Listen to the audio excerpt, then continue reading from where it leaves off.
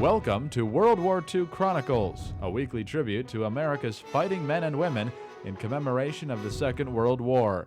These programs are narrated by Ed Herlihy and are based on the news broadcasts of the war period from the recorded sound collection of the National Archives in Washington, D.C. Picturesque Casablanca in liberated French Morocco. Setting for the historic 10-day meeting between America's President Roosevelt and Britain's Prime Minister Churchill. On January 14, 1943, President Roosevelt and Prime Minister Churchill met at Casablanca in Morocco in the first of a series of wartime summits. It was the first time a U.S. president had left the country in a time of war. President Roosevelt's president-shattering flight to North Africa and his history-making conferences there have given America the biggest thrill of the war. Together with the combined chiefs of staff, virtually the entire military and naval staffs of Great Britain and the United States participated in the discussions. All those participating in the discussions reaffirmed their determination to destroy the military power of the Axis and at the same time plotted the Allied military operations for 1943.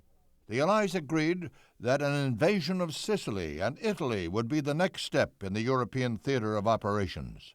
Strategic bombing of the Axis would also continue, with the U.S. flying by day and the RAF attacking at night. At a press conference on January 24th, the final day of the summit, Roosevelt announced the Allied policy of unconditional surrender. And another thought is uppermost in our minds, and that is our determination to fight this war through to the finish, to the day when United Nations forces march in triumph through the streets of Berlin and Rome and Tokyo. The Casablanca meeting is history. What Franklin Roosevelt and Winston Churchill planned for 1943 is a military secret.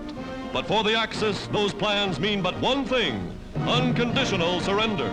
Although the conference's demand for unconditional surrender has often been criticized, the Casablanca meetings as a whole were blessed with a sense of Allied unity, never again to be repeated to such a degree during the war.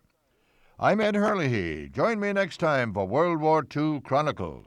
World War II Chronicles was produced by the American Veterans Center and Radio America in cooperation with the National Archives.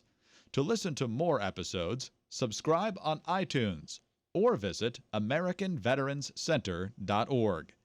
We need your help to keep the legacy of our World War II generation alive. Visit AmericanVeteransCenter.org to make a donation to support World War II Chronicles and the ongoing work of the American Veterans Center.